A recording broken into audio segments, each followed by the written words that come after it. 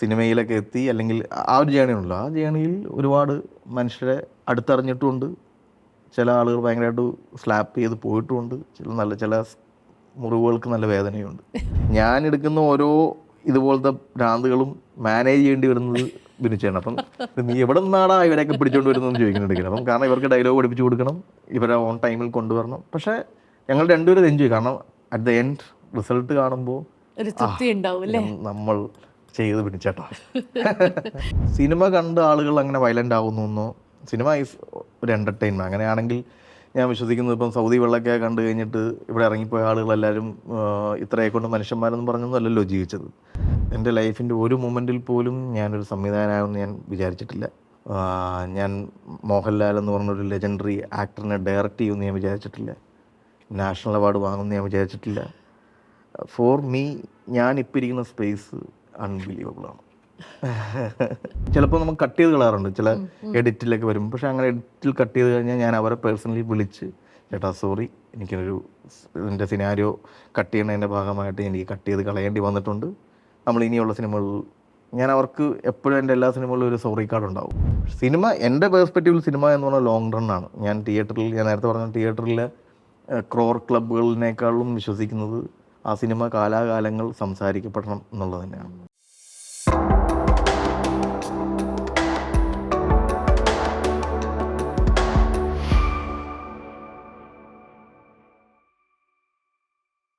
കഥകളിയുടെ കാര്യം പറഞ്ഞപ്പോഴേ, എനിക്ക് എൻ്റെ കുട്ടിക്കാലത്ത് എൻ്റെ അപ്പൂപ്പൻ പറഞ്ഞു തന്നിരിക്കുന്ന കഥകളാണ് എനിക്കെല്ലാം അറിയാം. അതുപോലെ തന്നെ കഥകളി കളിക്കുമ്പോൾ എനിക്ക് തോന്നുന്നു ഏകദേശം എല്ലാ പുരാണങ്ങളും കവർ ചെയ്യുന്നുണ്ടായിരിക്കുമല്ലോ. തരുൺ സ്പെസിഫിക്കലി ഏറ്റവും കോംപ്ലെക്സും ഇൻട്രസ്റ്റിങ്ങും ഇൻട്രീഗിങ് ആയിട്ടുള്ള ഒരു കഥാപാത്രം ഈ കഥകളിൽ നിന്ന് ഏതാണ് ഇഷ്ടം? അത് എപ്പോഴെങ്കിലും ഒന്ന് അഡാപ്റ്റ് ചെയ്യണം ഫോർ ദ മൂവീസ് എന്ന് തോന്നുവാണെങ്കിൽ അത് ഏതായിരിക്കും? ഞാനങ്ങനെ ഇതുവരെ അങ്ങനെ ചിന്തിച്ചിട്ടില്ല. പക്ഷേ കഥകളിയിൽ നമ്മൾ കണ്ടിട്ടുള്ളതും നമുക്ക് തോന്നും എന്തൊരു ലെയറുകളാണ്. ഇപ്പം നളചരിതത്തിന് നളൻ, ഞങ്ങൾ അയാളുടെ ലൈഫിൽ കൂടി പോകുന്ന കാര്യങ്ങൾ എത്രത്തോളം ലേയർഡാണ്. വലിയ രാജാവായിരുന്ന ഒരാൾ ഒരു പ്രണയത്തിൽ വിടുന്നു, ദമയന്തി എന്ന് പറഞ്ഞ ആളെ കല്യാണം കഴിയും. അയാളുടെ സഹോദരൻ തന്നെ ചതിക്കുന്നു. അത്രയും നാൾ രാജാവായിരുന്ന അയാൾ ഒന്നുമല്ലാത്ത ഒരാളായിട്ട് കാട്ടിലേക്ക് ഉപേക്ഷിക്കപ്പെടും. ചൂത് കളിച്ച് കാട്ടിലേക്ക് ഉപേക്ഷിക്കപ്പെടുന്നു. അയാൾക്ക് ഭാര്യനെ ഇങ്ങനെ നോക്കാൻ പറ്റുമെന്ന് അറിയാത്തൊരു ധർമ്മസങ്കടത്തിൽ ഭാര്യനെ കാട്ടിൽ ഉപേക്ഷിക്കുന്നു. പിന്നെ ഐഡൻറ്റിറ്റി മറച്ചു വെച്ച് വേറൊരാളായിട്ട് പാചകക്കാരനായിട്ട് ജീവിക്കുന്നു. അത് എനിക്ക് ഭയങ്കര ഭയങ്കര ലേയർഡായിട്ടുള്ളൊരു ക്യാരക്ടറൈസേഷനായിട്ട് തോന്നിയിട്ടുണ്ട്. പിന്നെ ആ ലവ് സ്റ്റോറി തന്നെ 4 പാർട്ടായിട്ടാണ്. ഫസ്റ്റ് പാർട്ട്, സെക്കൻഡ് പാർട്ട് എന്നൊക്കെ നമ്മൾ ഇപ്പം കേൾക്കണ പോലെ അല്ല. നളചരിതം 1, നളചരിതം 2, നളചരിതം 3 എന്ന് പറയുന്ന 4 പാർട്ടിലാണ് നമ്മൾ ആ കഥ കാണുന്നത്. ഫസ്റ്റ് പാർട്ടിൽ കംപ്ലീറ്റ്ലി നളൻ്റെ പ്രണയവും നളൻ്റെ വീര കഥകളുമാണ് പറയുന്നത്. രണ്ടാമത്തെ പാട്ടിൽ ഈ പറയുന്ന പോലെ കലി എന്ന് പറയുന്ന ഒരാൾ ദമയന്തിനെ മോഹിച്ച് വന്നതിന് ശേഷം കലി എന്ന് പറയുന്ന ആൾ പുഷ്കരൻ എന്ന് പറയുന്ന നളൻ്റെ സഹോദരനിൽ ഒരു നെഗറ്റീവ് ഇമ്പാക്റ്റ് ഉണ്ടാക്കി ചൂത് കളിച്ച് നളനെ തോപ്പിച്ച് കാട്ടിലേക്ക് പറഞ്ഞുകൊണ്ടാണ് സെക്കൻഡ് പാർട്ട്. അതിനുശേഷം കാട്ടിൽ ഉപേക്ഷിക്കുന്ന കഥ, അതിനുശേഷം ഈ പറയുന്ന നളൻ വേറൊരാളായിട്ട് ജീവിക്കുന്ന കഥ, അതിനുശേഷം നായകനും നായിക ഒന്നിക്കുന്ന ക്ലൈമാക്സ്. ഔട്ട്സ്റ്റാൻഡിങ് ലവ് സ്റ്റോറിയാണ്. എന്തെങ്കിലും ഒരു സിനിമയാക്കാൻ പറ്റിയാൽ നളചരിതം സിനിമയാക്കണമെന്നുണ്ട്. പക്ഷേ എനിക്കറിയില്ല അതൊക്കെ നമ്മളെ കൊണ്ട് പറ്റുമോയെന്നറിയില്ല. ഞാൻ പറഞ്ഞു, എനിക്ക് കുറച്ചും കൂടി ലൈഫിന് ചുറ്റും ഞാൻ കണ്ടുള്ള കാഴ്ചകളിൽ നിന്ന് സിനിമ ഉണ്ടാക്കാൻ എനിക്കറിയുള്ളൂ. അതിനപ്പുറത്തേക്ക് ഞാൻ മുതിർന്നിട്ടുമില്ല. മേ ബി നമ്മളെ ലൈഫിൻ്റെ ഒരു മുന്നോട്ട് പോകുമ്പോൾ അങ്ങനത്തെ സിനിമകൾ ചെയ്യാൻ നിർബന്ധിതരാകേണ്ടി വരും എന്ന് എനിക്ക് ഫീൽ ചെയ്യുന്നുണ്ട്. അപ്പം അങ്ങനെയൊക്കെ ആണെങ്കിൽ മേ ബി ആ ക്യാരക്ടറിനെ എടുത്തിട്ട് ഞാൻ ചിലപ്പോൾ വർക്ക് ചെയ്യുമായിരിക്കും. ഒരു ക്യൂരിയോസിറ്റിയുടെ ബേസിസ് ചോദിക്കുകയാണ്, ആസ് എ പെർഫോമർ ഏത് ക്യാരക്ടറായിരുന്നു ഏറ്റവും ഇഷ്ടം? എനിക്ക് കുറച്ച് വൈൽഡൊക്കെ ആയിട്ട് ചെയ്യുന്ന ക്യാരക്ടേഴ്സൊക്കെയാണ്. എന്ന് വെച്ചാൽ നമുക്ക് സ്റ്റേജിൽ നിന്ന് കളിക്കുമ്പോൾ അതൊരു കളിച്ചു എന്ന് തോന്നുന്ന, എനിക്ക് എൻ്റെ ഭാഗ്യത്തിന് ഞാൻ ഒരുപാട് ലെജൻഡറി ആയിട്ടുള്ള കഥകളി ആശാന്മാർക്കൊപ്പം പെർഫോം ചെയ്തിട്ടുണ്ട്. ഞാൻ കലാമണ്ഡലം ഗോപി ആശാനൊപ്പം ധർമാംഗതനും രുക്മാംഗതനും ചെയ്തിട്ടുണ്ട്. അതായത് അച്ഛൻ മോൻ റിലേഷൻഷിപ്പ് ഞാൻ ചെയ്തിട്ടുണ്ട്. ഗോപി ആശാനൊപ്പം തന്നെ ചിലപ്പോൾ ഇങ്ങനെ നമ്മൾ ഒരുമിച്ചാണല്ലോ ഇങ്ങനെ അമ്പലത്തിൻ്റെയൊക്കെ പിന്നിൽ അണിയറയിൽ പായിട്ട് ഇരിക്കുമ്പം നമ്മൾ വേഷം കെട്ടിക്കൊണ്ടിരിക്കുമ്പം ആശാൻ പറയും, നീയാണോ ധർമാംഗതം ചെയ്യുന്നത്? ഞാൻ അങ്ങനെ ഒരു സംഭവം ചെയ്യുമ്പം നീ ഇങ്ങനെ ചെയ്യണം കേട്ടോ എൻ്റെ കൂടെ. അപ്പോൾ അങ്ങനെയൊക്കെയുള്ള വളരെ ചെറുപ്പത്തിൽ തന്നെ ഇംപ്രവൈസേഷനെ പറ്റി എനിക്ക് കൃത്യമായി ഒരു ബോധവൽക്കരണം തന്നിട്ടുണ്ട്. അല്ലെങ്കിൽ നമ്മൾ കളിച്ചുകൊണ്ടിരിക്കുന്ന ആക്ടേഴ്സാണല്ലോ, കളിച്ചുകൊണ്ടിരിക്കുന്ന സമയത്തായിരിക്കും അവർ ഇംപ്രവൈസ് ചെയ്യുന്നത്. ആ ഇംപ്രവൈസേഷൻ എന്താണെന്ന് മനസ്സിലാക്കി നമ്മൾ റിയാക്ട് ചെയ്യണം. ആക്ടിങ് എന്ന് പറഞ്ഞത് ആക്ഷനും റിയാക്ഷനും ഭയങ്കര ഇമ്പോർട്ടൻ്റ് ആണ്. മകനെ എന്ന് പറഞ്ഞ് ഇപ്പം ഗോപിയാശാൻ കെട്ടിപ്പിടിക്കാൻ ചെല്ലുമ്പം മനസ്സിലാകാണ്ട് നമ്മൾ നിന്നിട്ട് കാര്യമില്ലല്ലോ, നമ്മളും അതേപോലെ സ്നേഹത്തോടെ കെട്ടിപ്പിടിക്കുമ്പോഴാണ് ആ കെമിസ്ട്രി ഉണ്ടാകുന്നത്. അപ്പോൾ 2-3 സ്ഥലങ്ങളിൽ ഞാൻ ഗോപിയാശാൻ രുക്മാംഗതനായിട്ടും ഞാൻ ധർമാംഗതനായിട്ടും ചെയ്തിട്ടുണ്ടാകും. അതൊക്കെ എൻ്റെ ലൈഫിലെ ഏറ്റവും ട്രഷേർഡ് ആയിട്ടുള്ളൊരു മൊമെൻ്റാണ്. പിന്നെ എനിക്ക് തോന്നുന്നു ഏറ്റവും കൂടുതൽ ചെയ്തിട്ടുള്ളത് ഇപ്പം ദക്ഷയാഗം ഈ പറയുന്ന കഥകളിയിൽ ഭദ്രകാളിയായിട്ട് ചെയ്തിട്ടുണ്ട്. അപ്പോൾ അതൊക്കെ നമുക്ക് ഭയങ്കര എനർജി വേണ്ടതാണ്.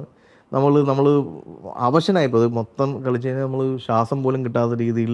അപ്പോൾ അതൊക്കെ നമുക്ക് നമ്മുടെ എനർജി ഫുൾ കൊടുക്കാനാണ് നമ്മൾ എപ്പോഴും അങ്ങനത്തെ വേഷങ്ങളാണ് എപ്പോഴും ഇഷ്ടപ്പെടുന്നത്. ഒരുപാട് പച്ച വേഷങ്ങളാണ് കൂടുതലും ചെയ്തിട്ടുള്ളത്. ഭദ്രകാളിയൊക്കെ എനിക്ക് ഏറ്റവും ഇഷ്ടപ്പെട്ട, ഞാൻ ഭയങ്കര എക്സൈറ്റിംഗ് ആയിട്ട് ചെയ്തിട്ടുള്ളത്. അതൊക്കെ ചെയ്യാൻ നമ്മൾ പഠിച്ചുകൊണ്ടിരിക്കുന്ന സമയത്ത് ഇങ്ങനത്തെ വേഷങ്ങളൊക്കെ നമ്മൾ ആശാന്മാർ ചെയ്യുന്നതാണ്. ഇതെന്നാ ഞാൻ ഈ വേഷം ചെയ്യാന്ന് പറഞ്ഞ കൊതി ഉണ്ടാവുമല്ലോ. അങ്ങനെ ഒരു മൊമെൻറ്റിൽ ആ വേഷമൊക്കെ കിട്ടിയപ്പോൾ ഭയങ്കരമായിട്ട്. പക്ഷെ ഞാൻ കഥകളി ഇപ്പം ചെയ്തിട്ട് ഓൾമോസ്റ്റ് 4 വർഷത്തോളമായി. ചെയ്യണം. കാരണം വെച്ചാൽ നമ്മൾ ഈ ഡയറക്ടറാണ് താടിയൊക്കെ വെച്ച് നടക്കണം. ഇത് ഫുൾ ക്ലീൻ ഷേവ് ചെയ്ത് നമുക്ക് എപ്പോഴും അങ്ങനെ ഒരു സിറ്റുവേഷൻ നമുക്ക് എപ്പോഴും കിട്ടാറില്ല.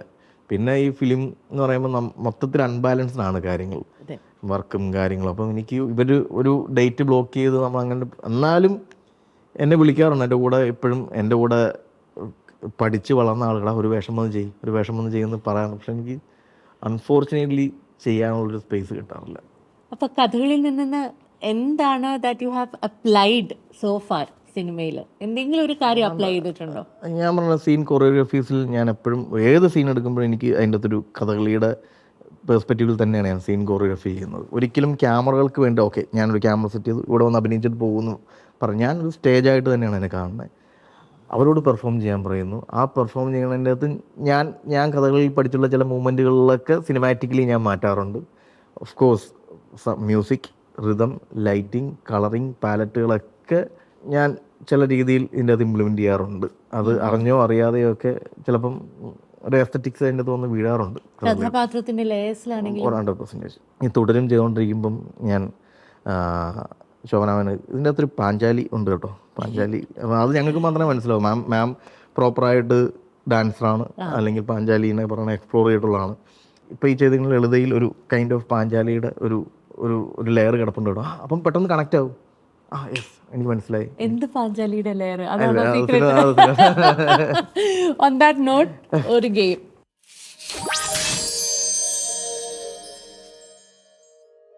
അപ്പോൾ ഇതൊരു കാർഡ് ഗെയിമാണ്. ഇതിനകത്തുനിന്ന് ഒരു കാർഡ് ചൂസ് ചെയ്യുക ആൻഡ് അതിൽ നിന്ന് മനസ്സിൽ പെട്ടെന്ന് വരുന്ന കാര്യം എന്താന്ന് വെച്ചാൽ ഷെയർ ചെയ്യുക. Okay, so it's just A few words in it. എൻ്റെ ഫ്രണ്ട് വെനസ ഡിസൈൻ ചെയ്ത കാർഡ്സ് ആണ്. ചൂസ് ചെയ്യുക, വായിക്കുക. ഏത് വേണമെങ്കിലും എടുക്കാം. എന്താ അതിലുള്ള? Trust. How much do you trust people? Trust is it A area of concern? എനിക്ക് പേടിയാണ്. ഞാൻ നേരത്തെ പറഞ്ഞു, നമ്മൾ ഒരുപാട് പേഴ്സണൽ ആകുമ്പോൾ ട്രസ്റ്റ് എന്ന് പറഞ്ഞതിനെ ഞാൻ ഭയങ്കരമായിട്ട് ഭയക്കുന്നു. എനിക്ക് എൻ്റെ സർക്കിളിൽ നിൽക്കുന്ന എൻ്റെ ഫാമിലി, എൻ്റെ വൈഫ്, എൻ്റെ മക്കൾ, എൻ്റെ അച്ഛനമ്മ, അതിനപ്പുറത്തേക്ക് എനിക്ക് ഇപ്പോഴത്തെ ഈ സൊസൈറ്റി, അല്ലെങ്കിൽ ഇന്ന് ആഫ്റ്റർ കോവിഡ്, അല്ലെങ്കിൽ ഭയങ്കര എന്താ പറയുക, എല്ലാവരും ഭയങ്കര വയലൻസ് ഉള്ള, അല്ലെങ്കിൽ ഭയങ്കരമായിട്ട് നാരോ മൈൻഡഡ് ആയിട്ടുള്ളൊരു സൊസൈറ്റിയിൽ എനിക്ക് ട്രസ്റ്റിനെ ഭയങ്കര പേടിയാണ്. വയലൻസിൻ്റെ കാര്യം പറഞ്ഞപ്പോഴാണ് ഒരു സംവിധായകൻ എന്ന നിലയ്ക്ക് ആൻഡ് സ്പെഷ്യലി വളരെയധികം ഇമോഷണൽ നുവാൻസ് ഉള്ള സിനിമയും ഹ്യൂമാനിറ്റിക്ക് ഇമ്പോർട്ടൻസ് കൊടുക്കുന്ന ഒരു സിനിമ ഉണ്ടാക്കുന്ന ഒരു വ്യക്തി എന്ന നിലയ്ക്ക് ഞാൻ ചോദിക്കുകയാണ്, വയലൻസ് ഉള്ള സിനിമകൾ, ഇപ്പോൾ കുറേ പോപ്പുലർ ആവുന്ന വയലൻസ് നിറയെ ഉള്ള സിനിമകൾ, അതിനെങ്ങനെയാണ് കാണുന്നത്? അല്ല, ഞാൻ അതൊരിക്കലും അങ്ങനെ ചെയ്യാൻ പാടില്ല എന്നോ അതിവിടെ സംഭവിക്കാൻ പാടില്ല എന്നോ എന്ന് ഞാൻ വിശ്വസിക്കുന്നില്ല. അതും ഈ പറയുന്ന പോലെ അതിനിവിടെ ഒരു സെൻസർ ബോർഡുണ്ട്. എന്ത് കാണിക്കണമെന്ന് ഇവിടെ നിയമങ്ങളുണ്ട്. അതിൽ നിന്നുകൊണ്ടൊരു സിനിമ വരികയും അതിന് പിന്നാലെ ആളുകൾ പോകുന്നതിനെയും ഞാൻ ഭയക്കുന്നില്ല. കാരണം ഇവിടെ അല്ലാത്ത സിനിമകൾ ഓടുന്ന ആളുകൾ, ഇപ്പം സിനിമ കണ്ട് ആളുകൾ അങ്ങനെ വയലൻ്റ് ആകുന്നു. സിനിമ ഈസ് ഒരു എൻ്റർടൈൻമെൻറ്റ്. അങ്ങനെയാണെങ്കിൽ ഞാൻ വിശ്വസിക്കുന്നത്, ഇപ്പം സൗദി വെള്ളമൊക്കെ കണ്ടു കഴിഞ്ഞിട്ട് ഇവിടെ ഇറങ്ങിപ്പോയ ആളുകളെല്ലാവരും ഇത്രയെ കൊണ്ട് മനുഷ്യന്മാരെന്ന് പറഞ്ഞൊന്നും അല്ലല്ലോ ജീവിച്ചത്. അതുപോലെ തന്നെയാണ് വയലൻസ് സംഭവിച്ചൊന്നും നാളെ ആരെയും കൊല്ലാൻ പോകുന്നില്ല എന്ന് തന്നെയാണ് ഞാൻ പറഞ്ഞത്.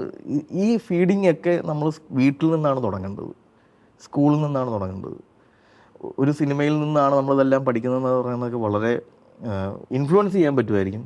പക്ഷേ ഒരു നല്ല കുടുംബത്തിൽ, നല്ല കുടുംബം എന്ന് പറയുന്നത് എനിക്കറിയില്ല, ഈ പറഞ്ഞ നല്ല കുടുംബം എന്ന് പറഞ്ഞാൽ ഒരു നല്ല പോസിറ്റീവ് വൈബിലുള്ള, അല്ലെങ്കിൽ ഡിസ്കഷൻസ് ഉള്ള, സംസാരങ്ങളുള്ള, അല്ലെങ്കിൽ ബന്ധങ്ങളുടെ വാല്യൂ ഒക്കെ അറിയാവുന്നൊരു ഫാമിലി ആണ് നമുക്ക് ആദ്യം വേണ്ടത്. അപ്പം ഞാനിപ്പോൾ 2 മക്കളുടെ അച്ഛനാണ്. അപ്പം ഞാനും അവരോട് അറ്റാച്ച്മെൻറ്റിനെ പറ്റിയും അച്ഛൻ അമ്മ ഇമോഷൻസ്, അച്ചച്ചൻ അമ്മച്ചി, അല്ലെങ്കിൽ അമ്മു അമ്മു എന്നൊക്കെ പറയണ അമ്മയുടെ അമ്മ എന്നൊക്കെ പറയണതിനെ ഭയങ്കര വാല്യൂ കൊടുത്ത് തന്നെയാണ് വളർത്തുന്നത്.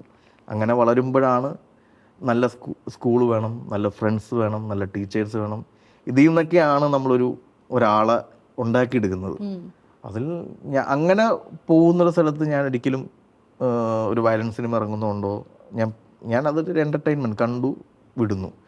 സിനിമ എൻ്റെ പേഴ്സ്പെക്റ്റീവിൽ സിനിമ എന്ന് പറഞ്ഞാൽ ലോങ് റൺ ആണ്. ഞാൻ നേരത്തെ പറഞ്ഞ തിയേറ്ററിലെ ക്രോർ ക്ലബ്ബുകളിനേക്കാളും വിശ്വസിക്കുന്നത് ആ സിനിമ കാലാകാലങ്ങൾ സംസാരിക്കപ്പെടണം എന്നുള്ളത് തന്നെയാണ്. മറ്റേത് ഇത് കൈൻഡ് ഓഫ് ബിസിനസ്സിൻ്റെ ഉള്ളിൽ ചിലത് ബിസിനസ്സാണ്. ചില ആളുകൾക്ക് ഇപ്പം ഒരു വയലന്റ് മൂവിയുടെ ഒരു സ്പേസ് ഉണ്ടായിരുന്നു. കൃത്യമായിട്ട് മാർക്കോ എന്ന് പറഞ്ഞ സിനിമ വന്നു, അതിനെ കൃത്യമായിട്ട് ഒരു മാർക്കറ്റ് ചെയ്തു, അത് കാണിച്ചു, കറക്റ്റ് ഓഡിയൻസ്. മാർക്കറ്റിംഗ് ഭയങ്കര ഇമ്പോർട്ടൻ്റ് ആണ് ആ സിനിമയ്ക്ക്, കാണിച്ചു. അങ്ങനെ എല്ലാ കാലത്തും ഉണ്ടായിട്ടുണ്ട്. അത് ഭയപ്പെടുന്നില്ല അതിനെ. പേരൻറ്റിങ്ങിൻ്റെ കാര്യം പറഞ്ഞപ്പോൾ അച്ഛനും അമ്മയിൽ നിന്ന് കണ്ട ഏതെങ്കിലും ഒരു കാര്യം, ഒരു ആസ്പെക്റ്റ് അത് നോൺ നെഗോഷ്യബിൾ ആണ്, അത് ഞാൻ അപ്ലൈ ചെയ്യണം ആസ് എ പേരൻറ്റ് എന്ന് വിചാരിച്ച എന്തെങ്കിലും ഉണ്ട്? ഞാൻ ഒരു കൂട്ടുകുടുംബമാണ്. അച്ഛൻ എന്ന് പറഞ്ഞാൽ 7 മക്കൾ അങ്ങനെയാണ്. അച്ഛൻ, വലിയച്ഛൻ, അച്ഛനുണ്ട്, ഒരു ചേച്ചി, ഒരു അനിയത്തി എന്ന് പറഞ്ഞാൽ വലിയ, ഞാൻ അങ്ങനെയാണ് കാണുന്നത്. അപ്പോൾ അവർ അതിൻ്റെ അകത്ത് ഒരാൾ, ഞാനൊക്കെ പ്ലസ് ടു പഠിക്കുന്ന സമയത്ത്, അല്ല ബിടെക് പഠിക്കുന്ന സമയത്ത് ഒരാൾ മരണപ്പെട്ടു, ഒരു വലിയച്ഛൻ. ബാക്കി അപ്പോൾ അതൊക്കെ അവർ എത്രത്തോളം ഇമോഷണലാണ്, അല്ലെങ്കിൽ അവരൊക്കെ തമ്മിലുള്ള ബോണ്ട്, സംസാരങ്ങൾ, ആ റിലേഷൻഷിപ്പ് വാല്യൂ എന്നൊക്കെ പറയുന്നതിനെ ഞാൻ വാല്യൂ ചെയ്യുന്നുണ്ട്. അതെനിക്ക് അങ്ങനെ കീപ്പ് ചെയ്യാൻ പറ്റുന്നുണ്ടോ എന്ന് ചോദിച്ചു കഴിഞ്ഞാൽ എനിക്കറിയില്ല. പക്ഷെ അവരുടെ ഒരു ലൈഫിൽ നിന്ന് ഈ കൂട്ടുകുടുംബം, അല്ലെങ്കിൽ ചേട്ടൻ, ചേച്ചി, അനിയത്തി എന്നൊക്കെ പറയുന്ന റിലേഷൻഷിപ്പിൻ്റെ വാല്യൂ ഞാൻ ഭയങ്കരമായിട്ട് മിസ് ചെയ്യുന്നുണ്ട്. എനിക്ക് നമ്മൾ കുറച്ചും കൂടി ഇപ്പം നാരോ മൈൻഡഡ് സ്പേസിലോട്ട് വന്നല്ലോ. ഞാനിപ്പം കൊച്ചിയിൽ വന്ന് താമസിക്കുന്നു, ഫ്ലാറ്റ് ലൈഫാണുള്ളത്, കുറച്ചും കൂടി ഇൻഡിവിജ്വലിസ്റ്റിക് ആയിട്ടാണ് കാര്യങ്ങൾ പോയിക്കൊണ്ടിരിക്കുന്നത്. പക്ഷേ അതിൻ്റെ വാല്യൂ, ആ കെമിസ്ട്രി, റിലേഷൻ, ബോണ്ടിങ് എന്നൊക്കെ പറയുന്നത് ഞാൻ ഒരു പരിധിവരെ എൻ്റെ ഡയറക്ഷൻ ടീമുമായിട്ടൊക്കെ ഞാൻ അങ്ങനെ ആകാൻ ശ്രമിക്കാറുണ്ട്. എനിക്ക് ഒരു ഓണം വരുമ്പോൾ, അല്ലെങ്കിൽ ന്യൂ ഇയർ വരുമ്പോൾ ഒരു ഗെറ്റ് ടുഗദർ, എൻ്റെ ഡയറക്ഷൻ ടീമിൻ്റെ ഫാമിലീനെയൊക്കെ വിളിക്കുക, അവരുമായിട്ടിരുന്ന് ഭക്ഷണം കഴിക്കുക, ഗെയിംസ് കളിക്കുക, അത് വേണമെന്ന് തോന്നുന്നു. അത് ഞാൻ അവരുടെ ലൈഫിൽ നിന്നാണ് ഞാൻ പഠിച്ചിരിക്കുന്നത്. അൺബിലീവബിൾ എന്ന് പറഞ്ഞാൽ ഞാനിപ്പോൾ നിൽക്കുന്ന ഈ സ്പേസ് എനിക്ക് അൺബിലീവബിളാണ്. ഞാൻ എൻ്റെ ലൈഫിൻ്റെ ഒരു മൊമെൻറ്റിൽ പോലും ഞാനൊരു സംവിധായകനാണെന്ന് ഞാൻ വിചാരിച്ചിട്ടില്ല. ഞാൻ മോഹൻലാൽ എന്ന് പറഞ്ഞൊരു ലെജൻഡറി ആക്ടറിനെ ഡയറക്റ്റ് ചെയ്യുമെന്ന് ഞാൻ വിചാരിച്ചിട്ടില്ല. നാഷണൽ അവാർഡ് വാങ്ങുമെന്ന് ഞാൻ വിചാരിച്ചിട്ടില്ല. ഫോർ മീ, ഞാനിപ്പോൾ ഇരിക്കുന്ന സ്പേസ് അൺബിലീവബിളാണ്. ഹാപ്പൻ, അത് എന്തൊക്കെയോ ആരുടെയൊക്കെയോ പ്രാർത്ഥന കൊണ്ടോ, അല്ലെങ്കിൽ നമ്മുടെ ഇൻറ്റൻഷൻസൊക്കെ കറക്റ്റ് ആയതുകൊണ്ട് മേ ബി ലൈഫ് അങ്ങനെ ഒന്ന് വീണതായിരിക്കാം. ഒരിക്കലും ഞാൻ പറഞ്ഞാൽ ഇവിടെ നിന്നൊരു 10 വർഷം മുന്നോട്ട് ഞാൻ ചിന്തിച്ചു, എനിക്കൊരു 25-ാമത്തെ വയസ്സിൽ ഞാൻ ഇനി മലയാളത്തിലെ ഒരു വെൽ നോൺ ഡയറക്ടർ ആവണമെന്നോ, അല്ലെങ്കിൽ ഒരു ക്രിട്ടിക്കലി അക്ലെയിംഡ് ആവുന്ന ഡയറക്ടർ ആവണമെന്നോ, അല്ലെങ്കിൽ ഒരു ബ്രാൻഡ് നെയിം ആകണമോ ഒന്നും ഞാൻ എൻ്റെ ഒരു വിഷൻ ലിസ്റ്റിൽ പോലും ഇല്ലായിരുന്നു. ദെൻ പെട്ടെന്ന് വന്ന മാറ്റമാണ് അത്. അൺബിലീവബിൾ ആണ്. സ്ലാപ്സ് ലോട്ട് ഓഫ് ദം. ഏറ്റവും അധികം സ്ലാപ്സ് എപ്പോഴാണ് കിട്ടിയിരിക്കുന്നത്? മനുഷ്യരെ കുറച്ചും കൂടി മനസ്സിലാക്കാൻ തുടങ്ങിയപ്പോഴാണ്. ഞാൻ പറഞ്ഞില്ല, ഈ ഭയങ്കര ഒരു അച്ഛൻ അമ്മ പെറ്റായിട്ട് വളർന്ന ഒരാളാണ്. അതിൽ നിന്ന് ആദ്യത്തെ സ്ലാപ്സ് എന്ന് പറഞ്ഞാൽ എൻ്റെ ഫസ്റ്റ് ബ്രേക്കപ്പാണ്. അത് ഞാൻ വിചാരിച്ചതിനേക്കാൾ പെയിൻഫുള്ളായിരുന്നു. ആ പെയിനിൽ നിന്നാണ് ഞാൻ എൻ്റെ ഒരു 2.0 എന്ന് പറയുന്ന ഒരു വേർഷൻ സ്റ്റാർട്ട് ചെയ്യുന്നത്. ദെൻ ഞാൻ ചെന്നൈയിലൊക്കെ പോയി ലൈഫ് മനസ്സിലാക്കി. ലൈഫ് എന്ന് വെച്ച് കഴിഞ്ഞാൽ സ്വന്തമായിട്ട് തുണി കഴുകുന്ന അവസ്ഥ വരെ എത്തി, അല്ലെങ്കിൽ ഭക്ഷണം കഴിക്കാൻ വേണ്ടി പുറത്ത് പോയി, അല്ലെങ്കിൽ എന്തെങ്കിലുമൊക്കെ കുക്ക് ചെയ്യുന്ന ഒരവസ്ഥ എത്തി, ആളുകളെ മനസ്സിലാക്കി, സിനിമയിലൊക്കെ എത്തി. അല്ലെങ്കിൽ ആ ഒരു ജേണി ഉണ്ടല്ലോ, ആ ജേണിയിൽ ഒരുപാട് മനുഷ്യരെ അടുത്തറിഞ്ഞിട്ടുമുണ്ട്. ചില ആളുകൾ ഭയങ്കരമായിട്ട് സ്ലാപ്പ് ചെയ്ത് പോയിട്ടുമുണ്ട്. ചില മുറിവുകൾക്ക് നല്ല വേദനയുണ്ട്. ഇപ്പോഴും ഉണ്ട്. എപ്പോഴും ഉണ്ട്. യെസ്. നോ യാർ. നോ ഞാൻ ഇത് ചെയ്യൂല, ഇത് എന്നെ കൊണ്ട് പറ്റൂല, എന്നോട് ഇത് ചോദിക്കരുത്. നോ, എനിക്ക് തോന്നുന്നു ഞാൻ ഒരിക്കലും എൻ്റെ സെറ്റിൽ വരുന്ന ഇപ്പോഴത്തെ എൻ്റെ സെറ്റിൽ വരുന്ന ഓരോ ആർട്ടിസ്റ്റിനെയും കരഞ്ഞുകൊണ്ട് പോകാനോ വേദനിച്ചിട്ട് പോകാനോ അല്ലെങ്കിൽ ആൾ അൺസാറ്റിസ്ഫൈഡ് ആയിട്ട് പോകാനോ ഞാൻ സമ്മതിക്കില്ല. ആർട്ടിസ്റ്റ് ആണെങ്കിൽ ഏത് ടെക്നീഷ്യൻ ആണെങ്കിൽ അവരുടെ ലൈഫിൽ ഒരു ഡ്രീം ഫുൾഫിൽ ചെയ്യാനാണ് എൻ്റെ കൂടെ ചേരുന്നത്. അത് ടെക്നീഷ്യൻസ് ആയിക്കോട്ടെ, ഒരു ആക്ടർ ആയിക്കോട്ടെ. എൻ്റെ ക്യാമറയുടെ മുന്നിൽ വന്ന് അഭിനയിച്ചിട്ട് പോകുമ്പോൾ ഞാൻ എന്തെങ്കിലും ചെയ്തു ആ മനുഷ്യന് വേണ്ടി എന്ന് തോന്നുന്ന ഒരു ഫുൾഫിൽനെസ്സിൽ തന്നെ വേണം അവർ പോകാനെന്ന് ഞാൻ ആഗ്രഹിക്കാറുണ്ട്. അത് ഞാൻ എൻ്റെ ഡയറക്ഷൻ ടീമിനോടും പറയുകയാണെങ്കിൽ ഓരോ ആർട്ടിസ്റ്റുകൾ പോലും ഒരു അൺസാറ്റിസ്ഫൈഡ് ആയിട്ട് ഇവിടുന്ന് പോകരുത്. അത് പേയ്മെൻറ്റിലാണെങ്കിൽ പോലും അവർക്ക് എടുക്കുന്ന റെസ്പെക്റ്റിലാണെങ്കിൽ പോലും അവർ നമ്മൾ എഴുതിയിരിക്കുന്ന കഥാപാത്രം അല്ലെങ്കിൽ നമ്മൾ എഴുതിയിരിക്കുന്ന ഒരു വരി പറയാൻ വരുന്ന ആർട്ടിസ്റ്റാണ്. അവർ നമ്മളിങ്ങനെ കൈക്കുമ്പിളിൽ കൊണ്ട് നടക്കണം എന്ന് പറയുന്ന ഒരു നിർബന്ധം എനിക്കുണ്ട്. അവർക്കൊരു പെയിൻഫുൾ ആവുന്നൊരു മൊമെൻ്റ് ഉണ്ടാവാറില്ല. ചിലപ്പോൾ നമുക്ക് കട്ട് ചെയ്ത് കളയാറുണ്ട് ചില എഡിറ്റിലൊക്കെ വരും. പക്ഷേ അങ്ങനെ എഡിറ്റിൽ കട്ട് ചെയ്ത് കഴിഞ്ഞാൽ ഞാൻ അവരെ പേഴ്സണലി വിളിച്ച്, ചേട്ടാ സോറി, എനിക്കൊരു ഇതിൻ്റെ സിനാരിയോ കട്ട് ചെയ്യുന്നതിൻ്റെ ഭാഗമായിട്ട് എനിക്ക് കട്ട് ചെയ്ത് കളയേണ്ടി വന്നിട്ടുണ്ട്. നമ്മൾ ഇനിയുള്ള സിനിമകളിൽ ഞാൻ അവർക്ക് എപ്പോഴും എൻ്റെ എല്ലാ സിനിമകളിലും ഒരു സോറി കാർഡ് ഉണ്ടാവും. അതായത് നമ്മൾ ലെങ്തിൻ്റെ പേരിൽ ട്രിമ്മായി പോയിട്ടുള്ള അഭിനയം കൊതിച്ചു വന്ന ആളുകളോട് ഒരു മാപ്പ് പറയാറുണ്ട്. അത് ഒരിക്കലും സംഭവിക്കാറില്ല, സംഭവിക്കാൻ പാടില്ല എന്ന് ഞാൻ വിശ്വസിക്കുന്നു. ഇപ്പോൾ കാസ്റ്റിങ്ങിൻ്റെ കാര്യം പറഞ്ഞപ്പോൾ ഞാൻ ഇൻ എ നട്ട്ഷെൽ ചോദിക്കുകയാണ്. ഐ നോ തരുൺ, പല ഏരിയാസിലും your casting has been brilliant. Okay. അപ്പോൾ ഇപ്പോൾ കാസ്റ്റിങ്ങിൻ്റെ ഒരു സ്ക്രിപ്റ്റ് ബേസ്ഡ് കാസ്റ്റിംഗ് ചെയ്യുകയാണെങ്കിൽ മനസ്സിൽ എന്തൊക്കെയാണ് ഒരു ഓർഡർ ഓഫ് ഷോർട്ട് ലിസ്റ്റിംഗ് ഉണ്ടായിരിക്കും. What is that order that you follow? First of all ഏത് ക്യാരക്ടറിന് ഫ്രഷ്നെസ് വേണം എന്ന് വിചാരിക്കും. ഇപ്പം തുടരുമിലാണെങ്കിൽ ലാലേട്ടൻ, ശോഭന, അതെനിക്ക് ഫ്രഷ്നെസ് അല്ല വേണ്ടത്. ആളുകൾ ഇതിനു മുമ്പ് അവരെ കണ്ടിട്ടുള്ള അവരുടെ മൊമെൻറ്റ്സുകളുടെ ഒരു ഭാരം ഇതിലേക്ക് കിട്ടിക്കഴിഞ്ഞാൽ ആ സിനിമേനെ ഒരുപാട് ഹെൽപ്പ് ചെയ്യും എന്ന് ഞാൻ വിചാരിക്കുന്നു. പക്ഷേ ബാക്കിയുള്ള ക്യാരക്ടേഴ്സിനൊക്കെ ഐ നീഡ് ഫ്രഷ്. ഞാൻ ആദ്യം ചെയ്തത് ലാലേട്ടനും ശോഭന മാമിനും ചുറ്റും നിൽക്കുന്ന ആളുകളെയൊക്കെ ഫ്രഷ് ആക്കുക എന്നാണ് ചെയ്തത്. നമ്മൾ ഇതുവരെയും കാണാത്ത ആളുകൾ, ഇതുവരെയും കാണാത്ത കെമിസ്ട്രി. ഇപ്പം ഞാൻ രാജേണ്ണ യൂസ് ചെയ്യുന്നുണ്ട്. രാജേണ്ണനും ലാലേട്ടനും തമ്മിലൊരു കെമിസ്ട്രി കൊണ്ട് ഓൾമോസ്റ്റ് 12-15 വർഷങ്ങളായി. പക്ഷേ രാജചേട്ടൻ കൂടെ വന്ന് നിൽക്കുമ്പോഴത്തേക്കും പഴയ മണിയമ്പിള്ള രാജചേട്ടൻ, മോഹൻലാൽ എന്ന് പറഞ്ഞൊരു കെമിസ്ട്രി അവിടെ വർക്കും. അപ്പോൾ അതുകൊണ്ട് ഞാൻ കീപ്പ് ചെയ്തിട്ടുണ്ട്. ഇപ്പം സൗദി വെള്ളക്കട കേസിൽ പോവുകയാണെങ്കിൽ ഞാൻ ആ ഉമ്മേനെ കാസ്റ്റ് ചെയ്തു. ഒരുപാട് ആളെ തപ്പി ലാസ്റ്റ് ഒരു വാട്സപ്പിൻ്റെ സ്റ്റാറ്റസിൽ നിന്നാണ് നിൽക്കുന്നത് അവരഭിനയിക്കുക. അതായത് ഞാനിങ്ങനെ ആദ്യം അഭിനയിക്കാൻ വിളിച്ച ഒരു ലേഡി മരണപ്പെട്ടു പോയി. നെക്സ്റ്റ് ഓപ്ഷൻ ആരാന്നറിയില്ല. അപ്പം ഞങ്ങളെല്ലാവരും കേരളം മൊത്തം തപ്പിക്കൊണ്ടിരിക്കുകയാണ് അങ്ങനെ ഒരു ആർട്ടിസ്റ്റിനെ. നാടക കലാകാരന്മാരെ നോക്കുന്നുണ്ട്, നാടക സുഹൃത്തുക്കൾ വഴി അന്വേഷിക്കുന്നുണ്ട്. അപ്പോൾ അങ്ങനെ നോക്കിയപ്പോൾ ഞാൻ വാട്സപ്പിൽ ഇങ്ങനെ സ്റ്റാറ്റസിൽ ഇങ്ങനെ സ്ക്രോൾ ചെയ്ത് പോകുമ്പോൾ എൻ്റെ ഒരു സുഹൃത്തിൻ്റെ സ്റ്റാറ്റസിൽ ഒരമ്മൂമ്മ ഇതിങ്ങനെ പോസ്റ്റ് ചെയ്ത്. അപ്പം നമ്മൾ സ്ക്രീൻഷോട്ട് എടുത്തിട്ട് ഞാൻ അപ്പം തന്നെ മെസ്സേജ് എടുത്ത് ആരാ, എൻ്റെ അമ്മൂമ്മയാണ്, ഒരു അഭിനയിക്കുമോ, അറിയില്ല. ഞാൻ പറഞ്ഞു എനിക്കൊന്ന് കാണണം എന്ന് പറഞ്ഞിട്ട് ഞാൻ അപ്പം തന്നെ എൻ്റെ കൂടെയുള്ള ഡയറക്ഷൻ ടീമിനോട് പറഞ്ഞത് ഇതൊന്ന് തട്ടോക്കെ ഇട്ടൊന്ന് കാണിച്ചേ.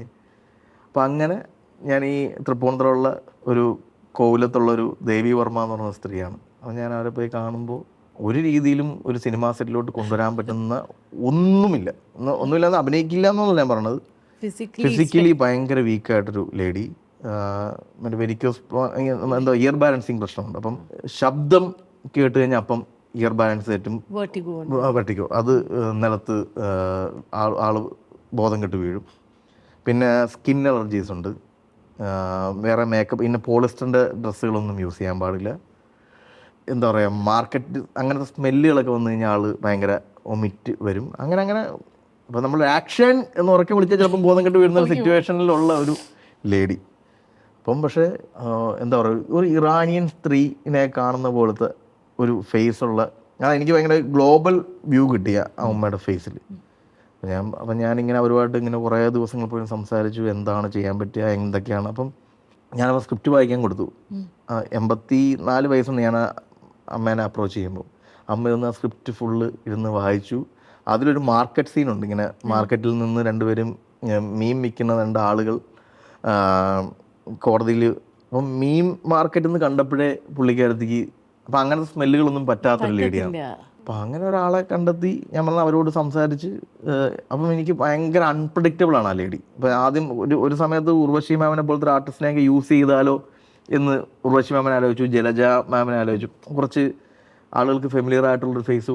പക്ഷേ ഭയങ്കര അൺപ്രഡിക്റ്റബിൾ ആയാലേ ആ സിനിമ നിലനിൽക്കുള്ളൂ എന്ന് ഉണ്ടായിരുന്നു. അപ്പോൾ എനിക്ക് കാസ്റ്റിംഗ് ഞാൻ ഭയങ്കര ഹരത്തിൽ ചെയ്യുന്ന ഫിലിം മേക്കിംഗ് റൈറ്റിംഗ് ഒക്കെ പോലെ തന്നെ കാസ്റ്റിംഗ് എന്ന് പറയുന്നതിനെ ഞാൻ ഭയങ്കരമായിട്ട് ആസ്വദിച്ച് ചെയ്യുന്ന ഒരാളാണ് ഞാൻ. ഇപ്പം എന്താ പറയുക, ഒരു സിനിമയെ കണ്ടുകൊണ്ടിരിക്കുമ്പം ഏറ്റവും ബാക്കിലൊക്കെ നിന്ന് പെർഫോം ചെയ്യുന്ന ചില ജൂനിയർ ആർട്ടിസ്റ്റുകളുണ്ട്. ഞാൻ കോവിഡ് സമയത്ത് ഒരു കള എന്ന് പറഞ്ഞൊരു സിനിമ തിയേറ്ററിൽ പോയി കണ്ടു. കളയിൽ ഇപ്പം ചേച്ചിയോടത് ശ്രദ്ധിച്ച് കാണില്ല, അതിൻ്റെ അത് ഏതോ ഒരു സീനിൽ ഒരു പ്രായമുള്ള ഒരാളിരുന്ന് ഇങ്ങനെ വാറ്റുണ്ടാക്കുന്നുണ്ട്. അപ്പം ഞാൻ ഓൺ സ്പോട്ടിൽ അതാരാന്ന് ചോദിച്ചു. അപ്പം അങ്ങനെ അയാൾക്ക് വേണ്ടിയിട്ടുള്ള ആ പടത്തിൻ്റെ പ്രൊഡക്ഷൻ കൺട്രോളർ വിളിക്കുന്നു, അതാരാണെന്ന് ചോദിക്കുന്നു. അയാളെ ഫേസ് പോലും ആ സിനിമയിൽ കണ്ടിട്ടില്ല. പക്ഷേ അയാൾക്ക് പല്ലില്ല. അതായിരുന്നു എന്നെ സ്ട്രൈക്ക്. അയാൾക്ക് പല്ലില്ല. അയാൾ ഭയങ്കര മോണ കൊണ്ട് ചിരിക്കുന്നതിനൊക്കെ ഭയങ്കര നിഷ്കളങ്കത ഉണ്ടായിരുന്നു. അങ്ങനെ അയാളെ ഞങ്ങൾ തപ്പി കണ്ടുപിടിച്ച് പോകുമ്പോൾ സജീദ് പട്ടാളം എന്ന് പറയുന്ന ഫോട്ടോ വെച്ചുള്ള ഒരു ജൂനിയർ ആർട്ടിസ്റ്റാണ്. അയാളാണ് ബോസ് തങ്കപ്പൻ എന്ന് പറയുന്ന സൗദി വെള്ളക്കേലത്ത് ബ്രോക്കർ വേഷം ചെയ്തിരിക്കുന്നത്. അയാളുടെ ലൈഫിൽ കിട്ടിയിരിക്കുന്ന ഏറ്റവും അയാളെ തേർഡ് ഒരു ആർട്ടിസ്റ്റ് ഒരു ഡയറക്ടർ ചെല്ലുന്നു, അയാളെ വിളിച്ചുകൊണ്ട് വരുന്നു, അയാളെ കൊണ്ട് അഭിനയിപ്പിക്കുന്നു. ഞാൻ പറഞ്ഞത് ഇപ്പം ജാവയിൽ ഞാൻ താമസിക്കുന്ന പ്രൊഡക്ഷൻ ഫ്ലാറ്റിൻ്റെ താഴെ മിറ്റടിച്ചുകൊണ്ടിരുന്ന ചേച്ചിനെ ഇപ്പോൾ കാസ്റ്റ് ചെയ്തിട്ടുണ്ട്. പിന്നെ ഞാൻ പറഞ്ഞ ഇപ്പോൾ അച്ഛൻ്റെയൊക്കെ സൗഹൃദങ്ങളിൽ നിന്ന് നമുക്ക് വേഴ്സറ്റൈലായിട്ട് മുഖങ്ങളാണ് നമ്മൾ തന്നെ, ഭയങ്കര മുഖങ്ങൾ, ക്യാരക്ടേഴ്സ്, ഇതുവരെ കാണാത്ത രൂപങ്ങൾ, എഴുതി വെച്ചിരിക്കുന്ന രൂപവുമായിട്ട് സിമിലർ ആണെങ്കിൽ ഏറ്റവും ക്രൗഡി എന്നാണെങ്കിൽ ഞാൻ കാസ്റ്റ് ചെയ്യും. അതുകൊണ്ട് ഏറ്റവും കൂടുതൽ ബുദ്ധിമുട്ട് അനുഭവിക്കുന്നത് ബിനു പപ്പുവാണ്. പുള്ളി ആള് എൻ്റെ ചീഫ് അസോസിയേറ്റ് ആണ്. അപ്പം ഞാൻ എടുക്കുന്ന ഓരോ ഇതുപോലത്തെ ഭ്രാന്തുകളും മാനേജ് ചെയ്യേണ്ടി വരുന്നത് ബിനുച്ചേണ്. അപ്പം നീ എവിടെ നിന്നാടാ ഇവരെയൊക്കെ പിടിച്ചോണ്ട് വരുന്നതെന്ന് ചോദിക്കുന്നുണ്ടെങ്കിൽ, അപ്പം കാരണം ഇവർക്ക് ഡയലോഗ് പഠിപ്പിച്ചു കൊടുക്കണം, ഇവരെ ഓൺ ടൈമിൽ കൊണ്ടുവരണം. പക്ഷേ ഞങ്ങൾ രണ്ടുപേരും എൻജോയ്, കാരണം അറ്റ് ദ എൻഡ് റിസൾട്ട് കാണുമ്പോൾ നമ്മൾ ചെയ്ത് പിടിച്ചേട്ടാ. എവറി ഡേ എനിക്ക് ഫാമിലി, എൻ്റെ 2 മക്കൾ. കാരണം സൗദി വെള്ളക്കൊക്കെ ചെയ്യുന്ന സമയത്ത് എനിക്കത് ഞങ്ങൾ കൊച്ചിയിലേക്ക് മാറാനുള്ള കാരണം പോലും അതാണ്. ഞാൻ സൗദി വെള്ളക്കൊക്കെ ചെയ്യുന്ന സമയം വരെയും വീട് അവർ വൈക്കത്താണ് താമസിച്ചുകൊണ്ടിരുന്നത്, ഞാൻ കൊച്ചിയിൽ പോയി. അപ്പം പോയി വരലും ചിലപ്പം പറ്റാറില്ല. അപ്പം ഈ സൗദി വെള്ളയ്ക്ക് ഷൂട്ട് ചെയ്യുന്നതിന് തൊട്ട് മുമ്പാണ് എനിക്ക് 2ാമത്തെ കുഞ്ഞുണ്ടാകുന്നത്. ഇവളെന്തൊക്കെ പറഞ്ഞു ഡെലിവറിക്ക് അകത്ത് കയറണം തോന്നാം. അപ്പം ഞാൻ ഫസ്റ്റിന് ഞാൻ കയറി, എനിക്ക് ഈ സംഭവം ഭയങ്കര ടെൻഷനാണ്. അപ്പം 2ാമത്തിന് കയറിയേ പറ്റുള്ളൂ എന്ന് പറഞ്ഞ് എന്നെ നിർബന്ധിച്ച് കയറ്റി. ആ പ്രോസസ്സ് ഞാൻ കണ്ടു, ആ കുഞ്ഞിനെ കൈയെടുത്തു. അപ്പം പക്ഷേ എൻ്റെ മൂത്തമോൻ ഇസൈ എന്നാണ് മൂത്തമോൻ. അപ്പോൾ അവനും ഞാനും തമ്മിൽ ഭയങ്കര അറ്റാച്ച്ഡാണ്. അറ്റാച്ച് ഇൻ ദ സെൻസ്, അന്ന് എനിക്ക് ജോലിയില്ല, ഒന്നുമില്ല. നമ്മൾ പുറത്തെ ആളുകൾ നമ്മളോട് എന്ത് ചോദിക്കും, എന്താണ് ജോലി റിസൈൻ ചെയ്തിട്ട് എന്താണ് വീട്ടിൽ നിന്ന് ചെയ്യണമെന്ന് എന്നുള്ള ചോദ്യം പേടിച്ച് ഞാൻ വീട്ടിൽ തന്നെ ഇരിക്കുന്ന സമയത്താണ് എനിക്ക് ആദ്യത്തെ മോനുണ്ടാകുന്നത്. അതുകൊണ്ട് തന്നെ അവനെ വളർത്തുന്ന ഓരോ പ്രോസസ്സിലും ഞാൻ ഇൻവോൾവ് ആണ്. അവൻ സംസാരിക്കുന്നത്, പല്ല് വരുന്നത്, എല്ലാ കാര്യങ്ങളും ഞാൻ കണ്ടിട്ടുണ്ട്. ഞാനത് വീഡിയോ ഷൂട്ട് ചെയ്തിട്ടുണ്ട്. ഞാനത് ഭയങ്കര ട്രഷേർഡ് മൊമെൻ്റായിട്ട് ഇങ്ങനെ വെച്ചുകൊണ്ടിരിക്കണം. അപ്പം അതുകൊണ്ട് തന്നെ ഞാനും അവനും ഭയങ്കര അറ്റാച്ച്ഡാണ്. 2ാമത്തെ മകൻ അവൻ ജനിച്ച് കഴിഞ്ഞ് 2 ദിവസം കഴിഞ്ഞോട് ഞാൻ ഷൂട്ടിങ്ങിൽ പോയി ഓൾമോസ്റ്റ് 4-5 മാസം കഴിഞ്ഞിട്ടാണ് ഞാൻ തിരിച്ച് മറ്റേ മകൻ എന്നെ തിരിച്ചറിയണ പോലുമില്ല. അതെന്നെ ഭയങ്കരമായിട്ട് വേദനിപ്പിച്ചു എന്ന് പറഞ്ഞപ്പം വൈഫും അപ്പോൾ എപ്പോഴും പറയും മറ്റേ മോനോടാണ് ഇഷ്ടം, മറ്റവൻ തിരിച്ചറിയുന്നത്. പക്ഷേ ഇമൈ എന്നാണ് 2ാമത്തെ ആളുടെ പേര്. അപ്പോൾ ഇമയോട് എനിക്ക് കൂടുതൽ അറ്റാച്ച്മെൻറ്റ് കിട്ടുന്നില്ല, ഇമൈ എന്നോട് കൂടുതൽ അറ്റാച്ച്ഡ് ആകുന്നില്ല. അത് ഈ ജോലി തിരക്കിൻ്റെ പിന്നാലെ ഞാൻ പോയപ്പോൾ എപ്പോഴോ എനിക്ക് മിസ്സായിപ്പോയ എനിക്ക് ഇനി ഒരിക്കലും തിരിച്ച് കിട്ടാൻ പോകുന്നില്ലാത്തൊരു ട്രഷേർഡ് മൊമെൻ്റാണ് അത് മിസ്സായത്. സോ ഞാൻ ഏത് വർക്ക് സ്പേസിൽ നിൽക്കുന്നോ ആ വർക്ക് സ്പേസിൽ എൻ്റെ ഫാമിലി എൻ്റെ കൂടെ വേണമെന്ന് ഞാൻ ഡിസൈഡ് ചെയ്യുന്ന പുറത്താണ് ഞങ്ങൾ കൊച്ചിയിലേക്ക് ഷിഫ്റ്റ് ചെയ്യുന്നത്. ഇപ്പോൾ എൻ്റെ ഷൂട്ടിംഗ് സെറ്റിൽ എൻ്റെ ഫാമിലി ഉണ്ട്. ഞാൻ ഓരോ ദിവസം വർക്ക് കഴിഞ്ഞാലും ഞാൻ ഉറങ്ങാൻ പോകുന്നത് എൻ്റെ കുടുംബത്തിനൊപ്പമാണ് ഇപ്പം. അപ്പോൾ അതുകൊണ്ട് every day with my family. അല്ലെങ്കിൽ ഒരു വീഡിയോ കോളിലാണ്. മറ്റേതെന്ന് വെച്ചാൽ ഒരു വീഡിയോ കോൾ പോലും ഇല്ലായിരുന്നു. ഷൂട്ട് പറയുമ്പോൾ അതിൻ്റെ പ്രഷർ, ടെൻഷൻസ്, പിന്നാലെ ഓട്ടത്തിനും പിന്നിൽ എപ്പോഴോ ഞാൻ മിസ്സായിപ്പോയി. അത് തിരിച്ചു പിടിക്കാനുള്ള അതാണ് every day with my family. അപ്പോൾ എൻ്റെ last question, I am dash എന്ന് പറഞ്ഞു കഴിഞ്ഞാൽ ഡാഷ് എങ്ങനെയാണ് പൂരിപ്പിക്കുക? I'm an artist. I'm an artist. Pakka artist. 100%. So for our Pakka artist, there is a small gift from the IAM team. Sensotica എന്ന് പറഞ്ഞിട്ടുള്ള ഒരു നാച്ചുറൽ ഹാൻഡ് മെയ്ഡ് സോപ്സ് ആണ് and with natural oils. Okay. Okay, so it's called artisanal soaps, and you have also have a handcrafted soap dish with it. Thank you. So enjoy Thank you. your bath next time around. Thank you.